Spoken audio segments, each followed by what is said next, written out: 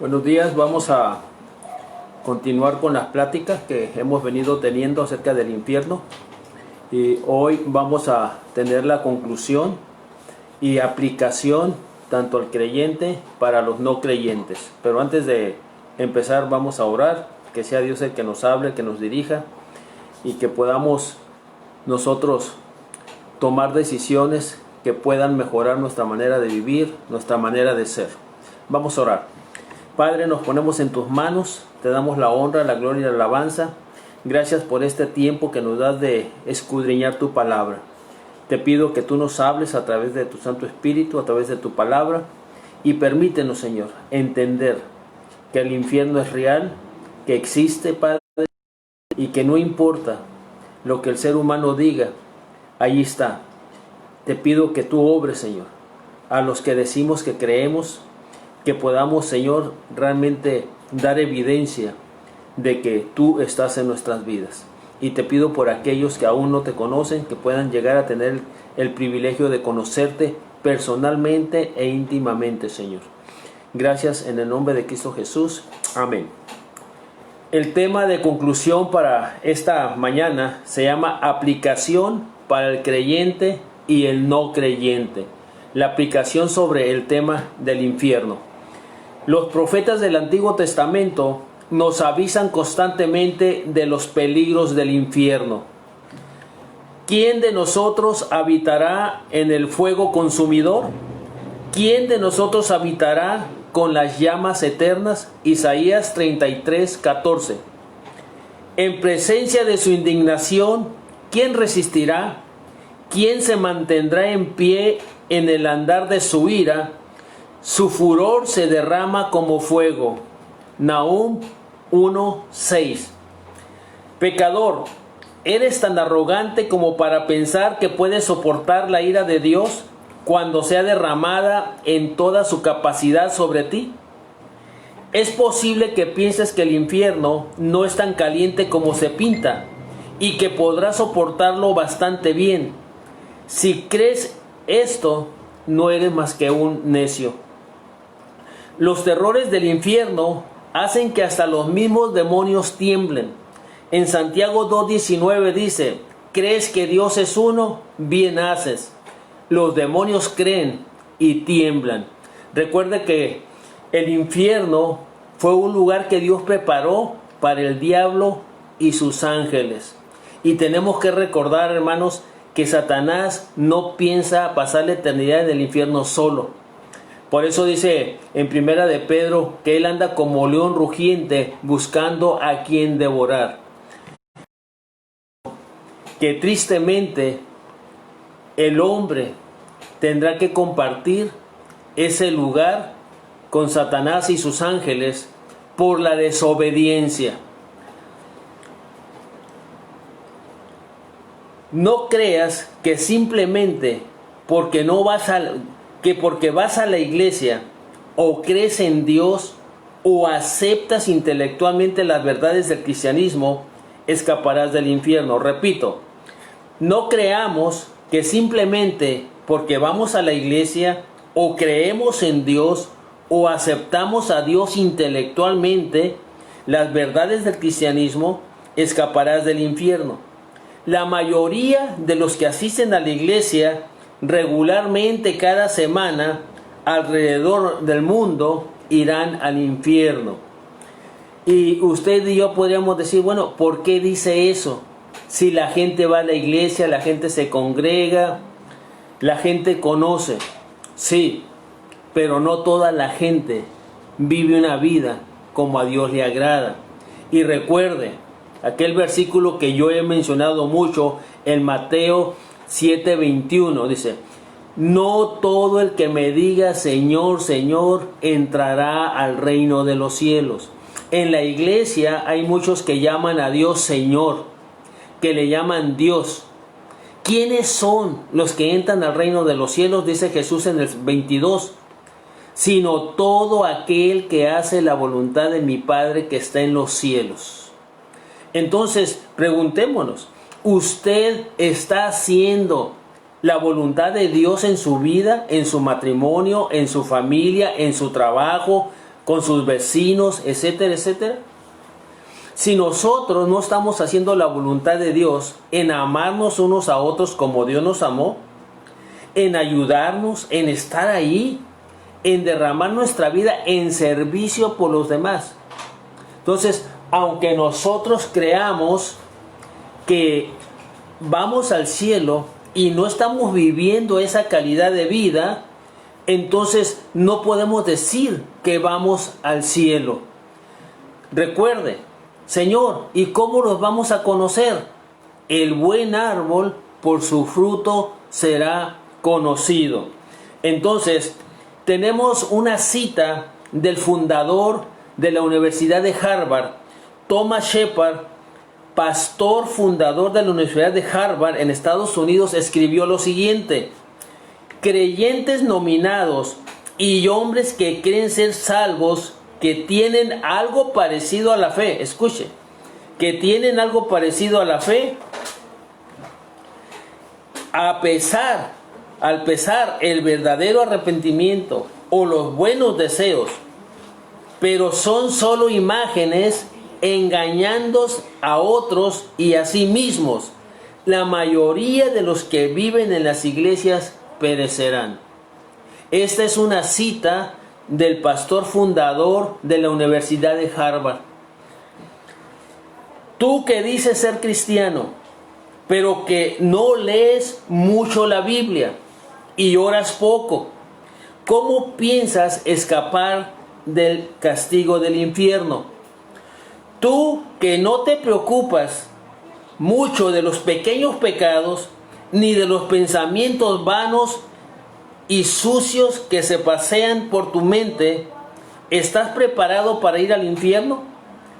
¿Tú que piensas que el reino de Dios consiste en una confesión verbal de fe en Cristo o una aceptación intelectual de que Jesús murió por tus pecados, pero no te interesa llevar una vida santa, piadosa, ni dedicar a Dios un pensamiento durante la semana?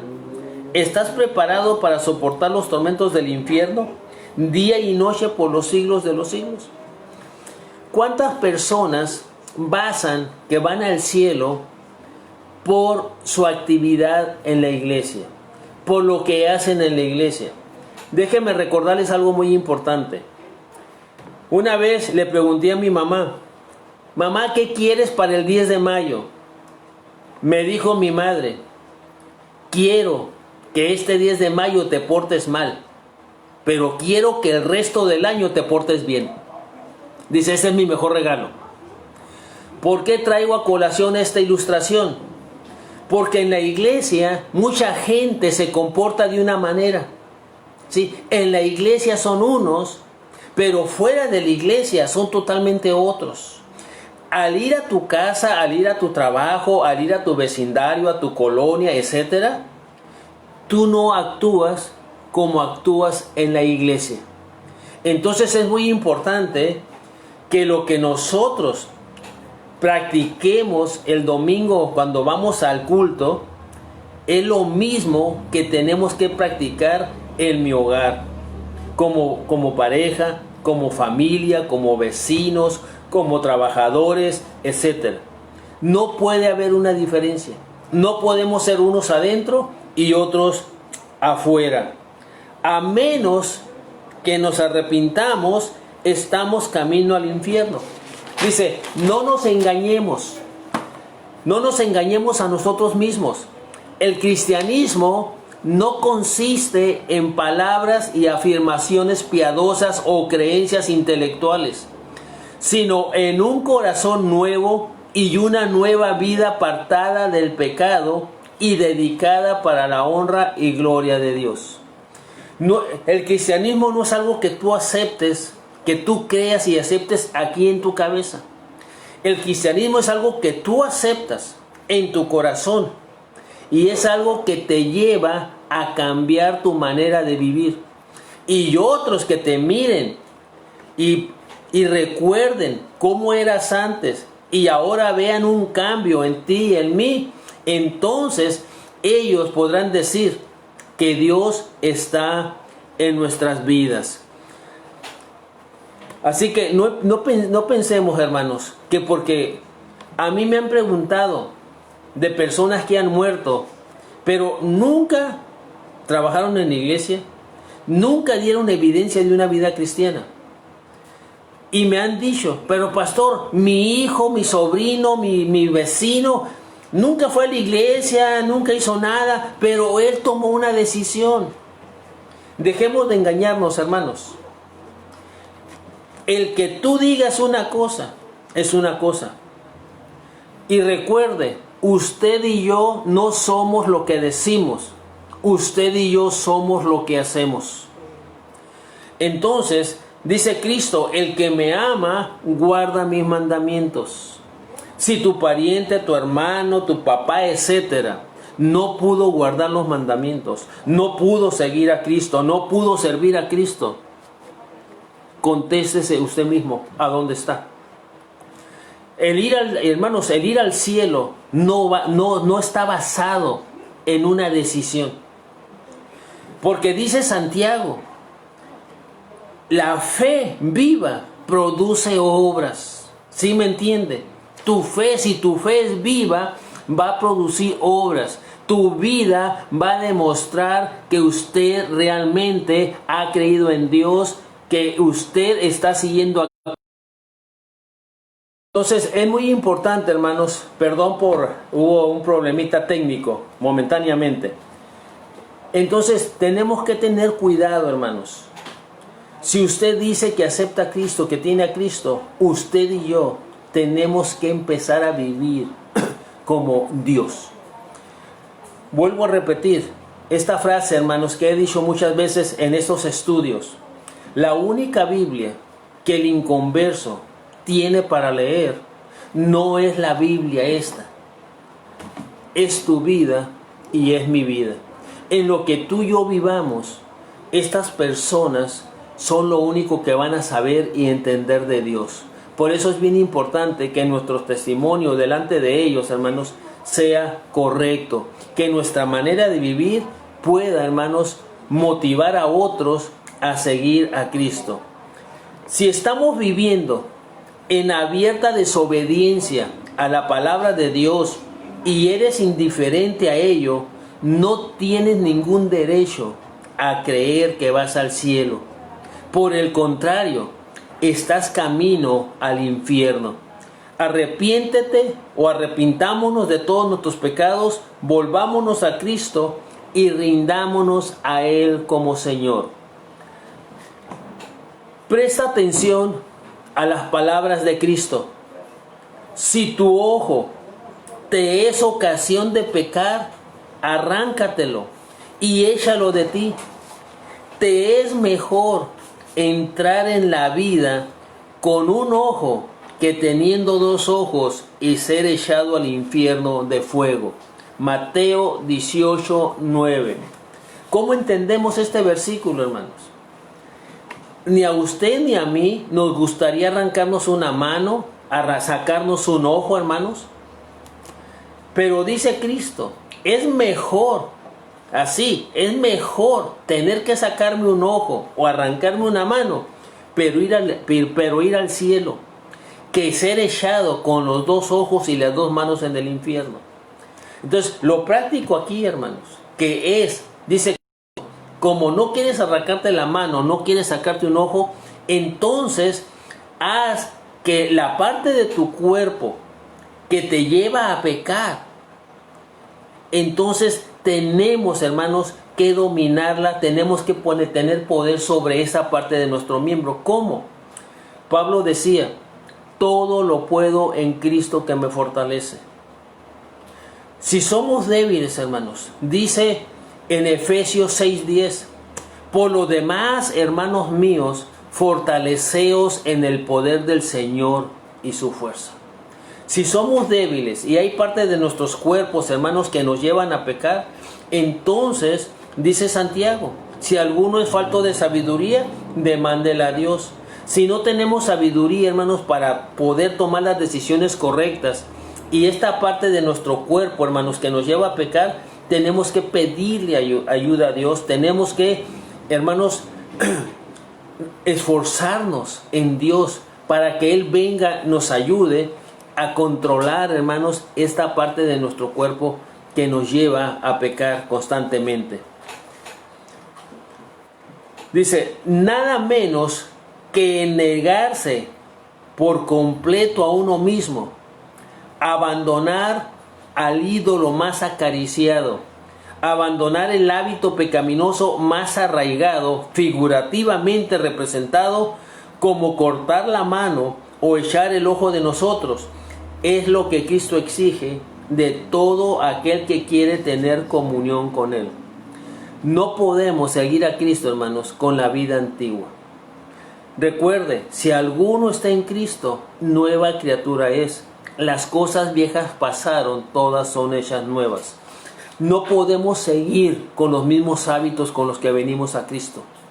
Porque Cristo, hermanos, parte del trabajo del Espíritu Santo es nuestra transformación, hermanos. Es nuestra renovación, nuestra regeneración. Así como cuando la piel o a veces se pudre, hermanos, y viene hermanos, un ciclo de cuidados y de curaciones, la piel se regenera, vuelve a salir piel nueva. La piel que estaba muerta, hermanos, sale de nosotros, pero viene y crece una piel nueva. De la misma manera, hermanos, nuestra manera de vivir a través del estudio de la palabra de Dios, a través de practicar, hermanos, viene esa regeneración, esa renovación interna. De tal manera que ese cambio interno, hermanos, la gente va a verlo en nuestro cuerpo exterior, en nuestro cuerpo físico. ¿Por qué? Porque así, hermanos, como antes servíamos al pecado, ahora vamos a servir a aquel que nos llamó de las tinieblas a su luz admirable. Dice, recuerde que esta dificultad, hermanos, no es fácil, pero podemos, hermanos, podemos abandonar por Cristo. Y hermanos, el que suframos, el que llevemos una vida llena de pruebas, las pruebas aquí, dice Pablo, hermanos, que los sufrimientos temporales aquí, hermanos, no son nada comparados con las glorias celestiales. Lo que podamos sufrir por causa de Cristo o por nuestro testimonio aquí en la tierra, hermanos, no es nada comparado con las glorias venideras. Por eso cuando vienen las pruebas, cuando vienen, hermanos, las situaciones difíciles, no te encierres en la situación que estás viviendo. Piensa en el porvenir. Como cuando estamos trabajando duro, hermanos, y a veces el cuerpo ya no puede. Pero tú sabes que ese dinero que está produciendo el trabajo duro, el trabajo arduo, hermanos, vas a llevar el alimento a tu familia. Y cuando tú piensas en tus hijos, hermanos, entonces cobras ánimo y piensas en el día en que te van a pagar y lo que vas a llevar a tu familia. Bueno, de la misma manera, hermanos, cuando suframos en este mundo por causa de Dios, no se encierre en ese sufrimiento. No, piense cuando estemos con el Señor en gloria. Piense cuando vamos a estar allá, hermanos. Entonces, eso nos debe de motivar a seguir adelante, aún en la más dura prueba, para poder escapar del infierno. El ser humano está al borde del abismo del mismo infierno, pronto a caer, y aún así completamente inconsciente de semejante peligro. Si oír hablar del infierno puede conseguir que personas insensibles a su real situación consideren las verdades eternas, entonces predicar sobre el infierno es bastante beneficioso. Es mejor considerar ahora el infierno mientras vivamos y ser aterrorizado por esto y no tener que soportarlo por los siglos de los siglos. No quisiera que estuviéramos más atemorizados del infierno que de pecar. Mucha gente le tiene miedo al infierno, pero sigue pecando. Bueno, es lo contrario, hermanos. Debemos de tener más miedo de pecar que del infierno. ¿Por qué? El pecado es nuestro real enemigo. El pecado es peor que el infierno porque el pecado dio a luz al infierno. ¿Sí? El pecado es la razón por la cual el infierno existe. Por eso deberíamos de tener más miedo a pecar que al mismo infierno, hermanos.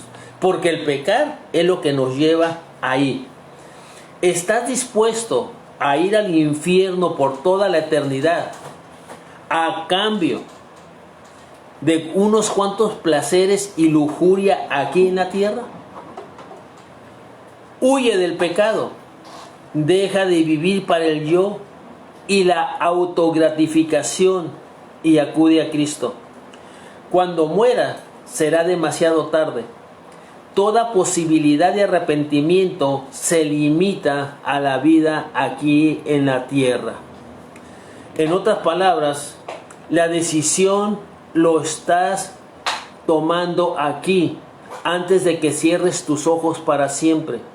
Aquí sobre la faz de la tierra es cuando tú decides dónde vas a pasar la eternidad. Dios te dice, yo te amo. Te amo tanto que mandé a mi hijo a morir por ti. Lo único que tienes que hacer es creer en eso. Y usted me va a decir, sí, pero usted acaba de decir que no basta una decisión. No, creer con el corazón. ¿Sí? Creer. Creer con el corazón te va a llevar a una acción. ¿Sí?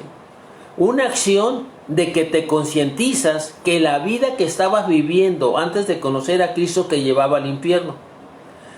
Cuando tú crees en Cristo, ahora vas a empezar a vivir de acuerdo a las enseñanzas de Cristo. Recuerden la gran comisión. Toda potestad y toda autoridad me es dada en la tierra.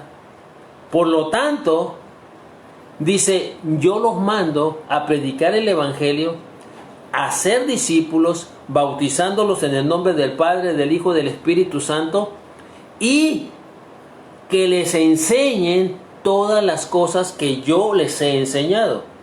Entonces, cuando tú vienes a Cristo, tú tienes que ser enseñado en las cosas que Él dijo. Y hay dos mandamientos que encierran casi toda la enseñanza de Cristo, hermanos. Amarás al Señor tu Dios con todo tu corazón, con toda tu mente, con todas tus fuerzas y con toda tu alma. ¿Sí? El segundo, ama a tu prójimo como a ti mismo. Si nosotros vivimos por esos dos mandamientos, hermanos, y hacemos, usted va al cielo. Y cualquier persona que crea y viva por ello va al cielo. No porque yo lo digo, porque la palabra de Dios lo dice. El que me ama, guarda mis mandamientos. Y si amamos a Dios, hermanos, usted jamás le va a hacer daño a su pareja, a sus hijos, a sus hermanos, a sus parientes, a sus vecinos, a sus compañeros de trabajo, etc. Porque usted ama a Dios. Y porque usted y yo amamos a Dios, tenemos que buscar, hermanos, el bienestar de toda la gente que nos rodea. La Biblia dice, hermanos, bendecid y no maldigáis. Y muchos cristianos, hermanos, a veces seguimos maldiciendo, pensando mal de los demás, hablando mal de los demás. Y si somos conscientes, hermanos, tenemos que empezar a vivir como Cristo vivió. Siempre haciendo el bien a la gente. Siempre buscando el bien por la gente. Y usted podría decir, pero ¿cómo voy a hacer bien a todas las personas que me lastiman, que me dañan? Exactamente. Cristo murió por los pecadores. Y por su pecado, Él murió y por su pecado y el suyo y el mío y de todo el mundo, hermanos, lo llevaron a la cruz del Calvario. Por eso se dice, hermanos, porque de tal manera amó Dios al mundo. Y ese es el amor que el cristiano tiene que practicar. Que el mismo inconverso no entienda el por qué lo sigues ayudando. Que el mismo inconverso se sienta avergonzado. Que después de haberte lastimado, después de haberte hecho lo que te haya hecho, tú lo sigas ayudando. Y que siempre que te busque, tú estés allí para Él. Esa es la manera, ese es el amor que Dios quiere que nos tengamos los unos a los otros. El problema, hermanos, que lo sabemos, pero la mayoría de la gente no lo está practicando. Simplemente lo sabemos aquí, nada más. Pero no estamos viviendo ese amor ágape que Cristo nos manda que practiquemos. Todavía practicamos el amor de esposo, el amor de papá, el amor de hijo, el amor de amigo. Sí, pero ese amor, hermanos, solamente lo vamos a practicar mientras que nos convenga, mientras que no nos cueste, mientras que no nos lastime. El amor de Dios, hermanos, lo vamos a practicar más allá del dolor, más allá de lo que me puedan hacer. ¿Por qué? Porque yo amo para la honra y gloria de Dios. Porque todo lo que yo haga lo tengo que hacer para Dios y no para agradar a ningún hombre. Entonces, es importante, hermanos, que estemos dispuestos y que entendamos que el pecado es nuestro peor enemigo más que el mismo infierno. Hay un himno que está en nuestros seminarios cristianos. ¿Para qué pecar si soy salvo? ¿Para qué pecar? Entonces ya fuimos rescatados de la vana manera de vivir. Entonces, hermanos, empecemos a vivir como Cristo manda. Y es cuando dice, hermanos, huye del pecado. Pablo decía, huye de las pasiones juveniles. Esta doctrina es tan beneficiosa, la doctrina del infierno, hermanos, para el justo como para el injusto. La doctrina del infierno debería llevar al justo a temer a Dios. Un temor santo es útil de muchas maneras. Aquel que teme a Dios en su corazón tiene mayor respeto por los mandamientos de Dios. ¿Quién realmente teme a Dios? No temerá a los hombres y preferirá enemistarse con los hombres que con Dios. Hay pastores, hay líderes, hermanos, en las iglesias, líderes religiosos, que prefieren, hermanos, hacerle caso a la gente, hacer lo que la gente pide, congraciarse con la gente antes que con Dios. Y yo algo que le he dicho a la iglesia, hermanos, cuando estábamos juntos, podíamos estar juntos, hermanos, yo les he dicho, le tengo más miedo a Dios que a la iglesia. Porque Dios me puede echar al infierno, no la iglesia. Dios me puede castigar, no la iglesia. Pero si obedezco a Dios, hermanos, yo voy a ser de bendición a mi iglesia. Pero si yo, hermanos, trato de agradar a la iglesia de la cual soy pastor y hacer las cosas que la iglesia me pida, entonces yo entro en un serio problema con Dios. Y en el momento en que yo obedezca a la iglesia antes que a Dios, hermanos, entonces yo estoy siendo de maldición para la iglesia. Porque estoy, hermanos, obedeciendo al hombre antes que a Dios. Y recuerden, hermanos, que Cristo es nuestra cabeza, no la iglesia. Cristo es nuestra cabeza. Entonces, ¿a quién se tiene que someter el pastor? A Cristo como cabeza de la iglesia. Y cuando el pastor se sujeta a Cristo como la iglesia, entonces podrá llevar a la iglesia por buen rumbo. Y siempre, hermanos, el pastor tendrá un buen consejo para aquellos que acudan a él basado en la palabra de Dios. Así que como iglesia, hermanos, incluyéndome yo como pastor con ustedes, hermanos, temamos a Dios. Huyamos del pecado, hermanos. Dejemos de pecar. Dejemos de agravar, hermanos, a Dios, de avergonzarlo. Si usted y yo entendemos, hermanos, en qué áreas de nuestras vidas seguimos practicando pecado, hermanos, arrepintámonos, hermanos. Estemos cada día a cuentas con Dios. Recuerda, si confesares tu pecado, Él es fiel y justo para perdonarte y limpiarte de toda maldad. Entonces, hermanos, no vayamos a la cama, no durmamos un día más, hermanos, sin pecados confesados.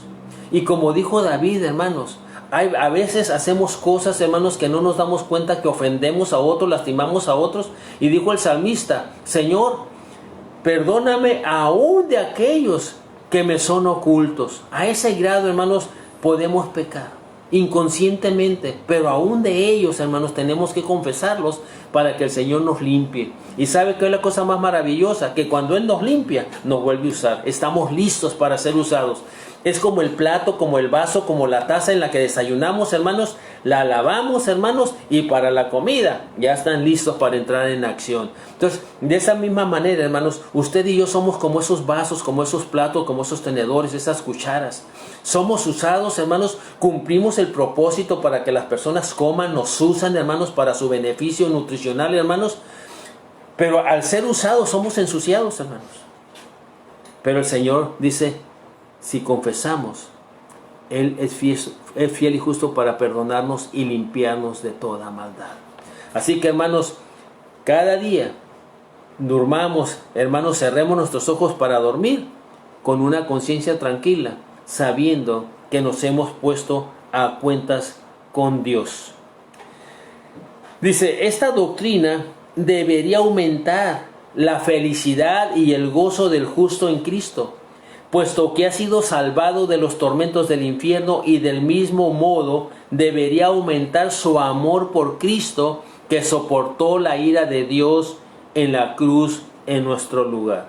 El saber, hermanos, que Cristo sufrió estos dolores, hermanos, nos debe a nosotros estar agradecidos, vivir agradecidos, hermanos, para la honra y gloria de Dios.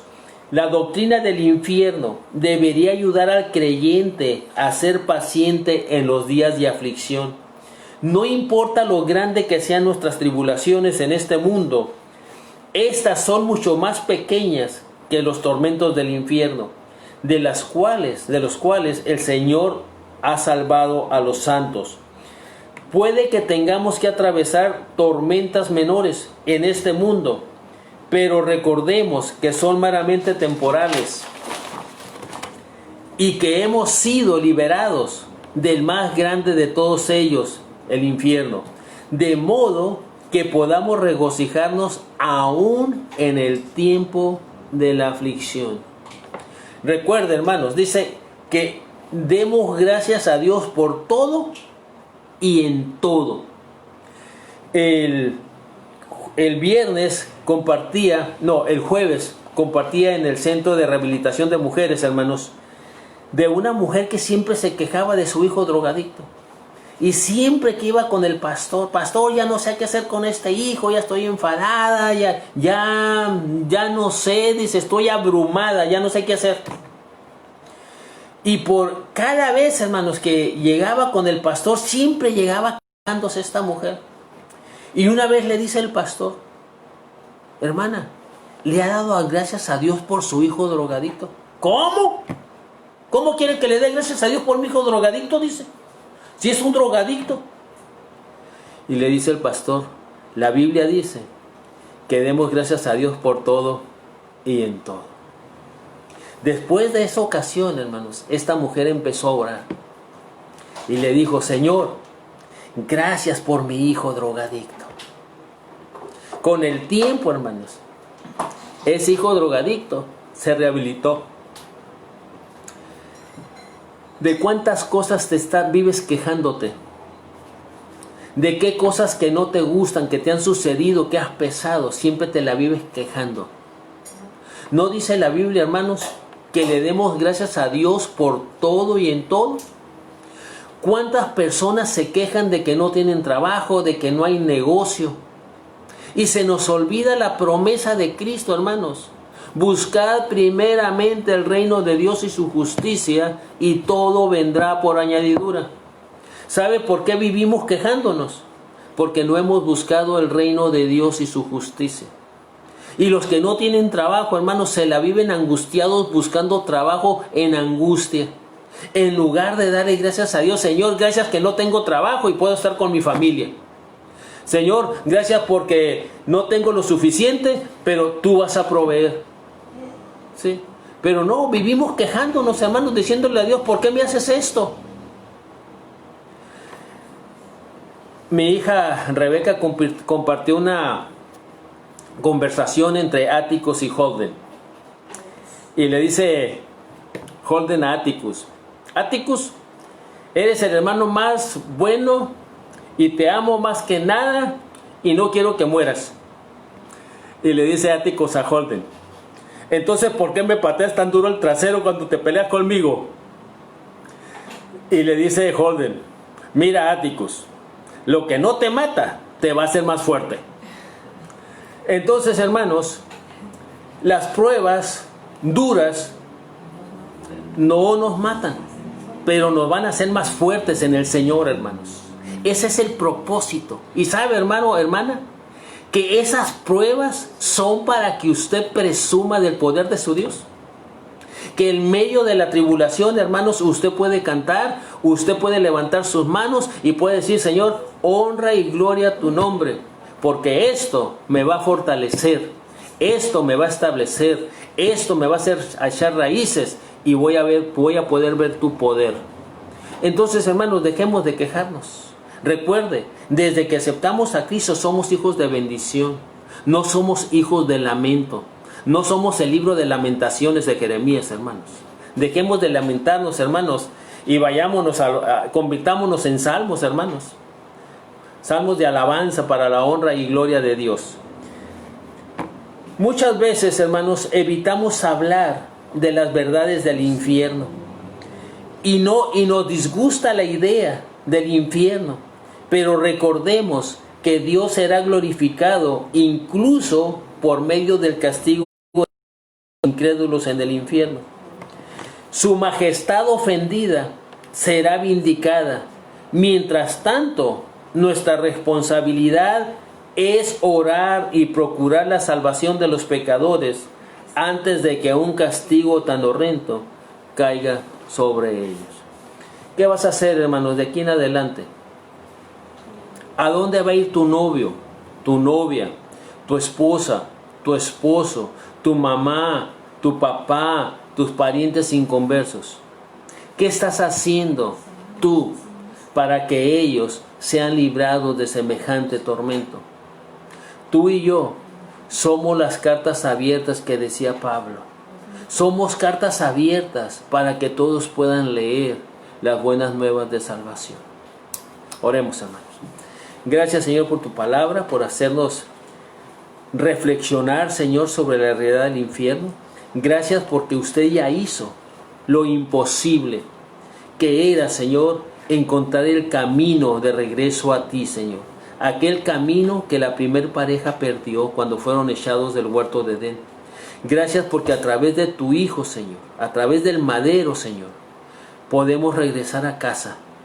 Señor, te pido de todos creído, que no creen en ti, que no creen en el infierno, Padre, que usted, Señor, toque sus corazones y ellos puedan reflexionar y ver, Señor, voltear a ver la cruz de Cristo y ellos puedan ver, Señor, el regalo de vida que tú tienes para cada uno de ellos. Entre tanto a nosotros, Señor, permítanos vivir de tal manera que la gente, Señor, pueda ver a Cristo en cada uno de nosotros. Te alabamos y te bendecimos en el nombre de Cristo Jesús. Amén.